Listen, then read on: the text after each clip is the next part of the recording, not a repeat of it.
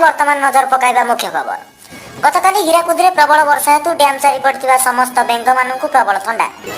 एपटे पेंटी कुकुड़ा मान धर्मघट आसंता अगस्ट 16 हेब ओडिशा बंद। कुकुड़ा मान अंडार आकार को नहीं सारा ओडिशा रे आज अशांति, तेणु से अंडा देवेनि बोली निष्पत्ति नहीं। जातीय पक्षी घोषणा दाबी में पुणी थे राजरास्ता को ओह्लाइले माई मशा। दीर्घ 4 घंटा धरी रास्ता रोक और परिवहन व्यवस्था हो जाइतिला ठप।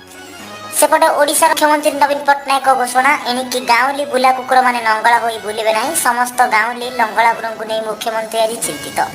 गतकाली भुवनेश्वर विमान बंदर में एक माई जंदा उपर हेलिकप्टर खसी पड़ता। घटनास्थल में पायलट समेत 3 जवान प्राणहानि, अल्प के बर्तिला माई जंदा। सेपटे विलंबित राति रे कुकुड़ा धक्का करमंडल एक्सप्रेस लाइन च्युत। ट्रेन चकर लीक, ड्राइवर का मृत्यु और इंजिन भांगिला।